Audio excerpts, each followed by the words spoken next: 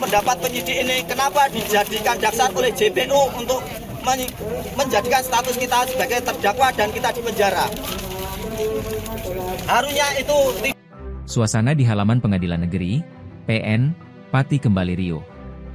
Dua terdakwa kasus blokade Jalan Pantura yang juga pentolan Aliansi Masyarakat Pati Bersatu, AMPB, Supriyono, Botok, dan Teguh Istianto, meluapkan kekecewaannya dengan melakukan aksi pembakaran berkas salinan resume pendapat kepolisian. Sebelumnya, aksi pembakaran berita acara pemeriksaan, BAP, juga mereka lakukan usai persidangan pada Rabu pekan lalu 28 Januari. Aksi pembakaran kali ini dipicu keputusan majelis hakim untuk menunda persidangan karena saksi ahli dari pihak penuntut umum urung hadir. Di bawah pengawalan ketat aparat kepolisian, Botok dan Teguh yang mengenakan rompi tahanan berwarna merah tampak memimpin jalannya aksi. Botok menilai bahwa alasan ketidakhadiran saksi ahli sangat tidak jelas. Tidak hanya mengkritik ketidakhadiran saksi, Botok juga menuding adanya ketidakberesan dalam dokumen hukum yang disusun penyidik. Ia menduga keterangan dari ahli pidana tidak sesuai dengan fakta di lapangan. Setelah kita baca keterangan berita acara pendapat dari saksi ahli pidana Dr.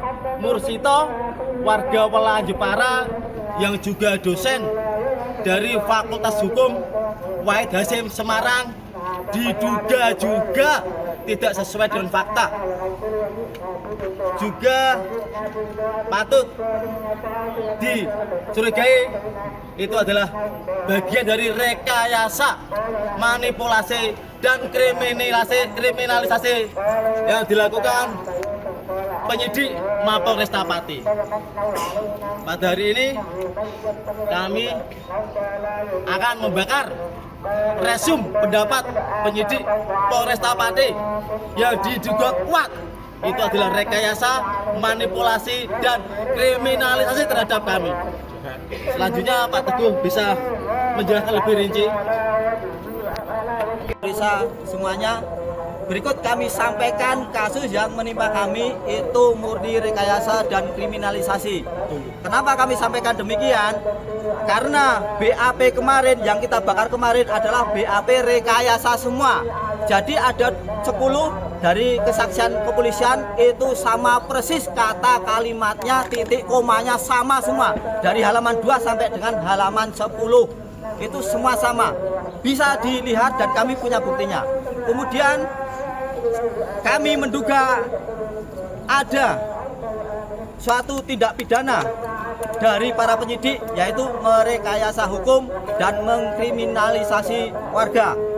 Dan penyidik itu adalah M. Arif Danugrata, ini penyidik dari Polres Pati.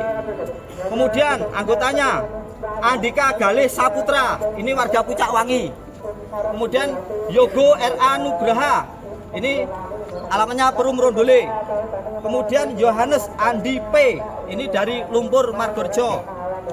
Kemudian Faisal Effendi, ini dari Sukolilo. Dan Sakti Belian Meliana, ini dari Gabus. Itu semua bekerja pasti ada instruksi dari komandannya. Makanya kami meminta untuk diusut tuntas dan diproses hukum untuk 1. Kapolresta Pati Bapak Jaka. Betul. Yang kedua, Kasat Reskrim Heri Dwi Utomo. Betul. Kemudian ada penyidik ini yang kami sebutkan tadi, yaitu kaninya M. Arif Danugrata. Kemudian Andika Galih Saputra, Yogo R.A. Nugraha, Nia Yulia SH, Yohanes Andi P, Faisal Effendi, Sakti Berlian Meliana.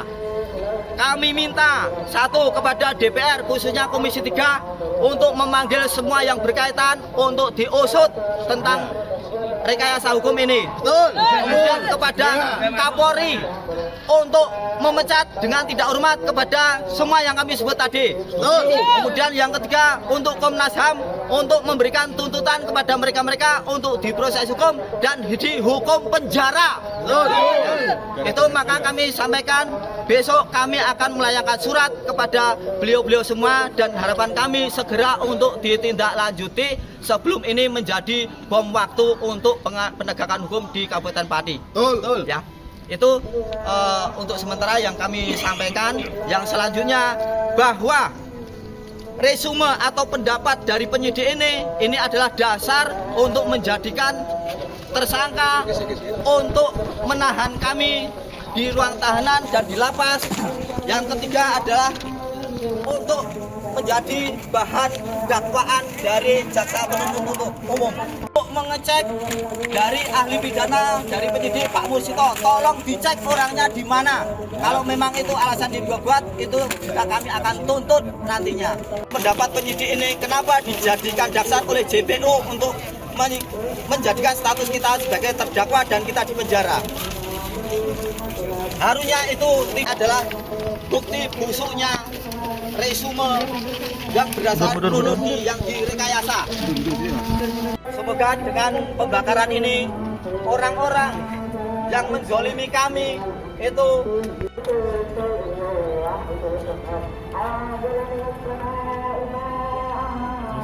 media yang ingin wawancara untuk pertanyaan, monggo silakan untuk ditanyakan. Janji awal kita hari ini tidak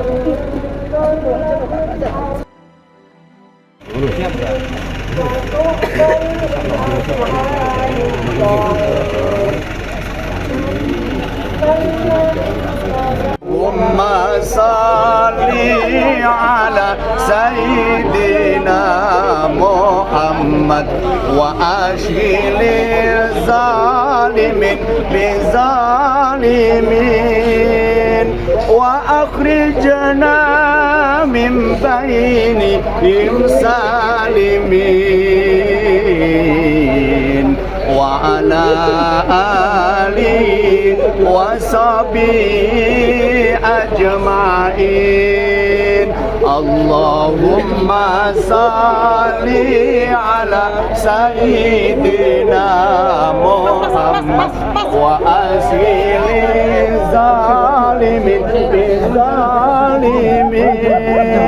wa akhrijna min bainihim salimin wa ala alihi.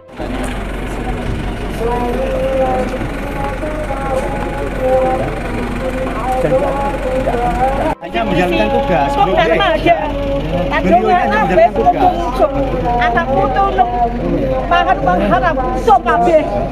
Jangan emosi.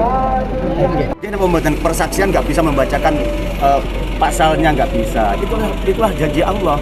Karena dikunci mulutnya. Al yauma nakhtimu ala afwahihim. Tong dunia wae dia nggak. Di dunia aja dia nggak bisa dibungkam oleh Allah.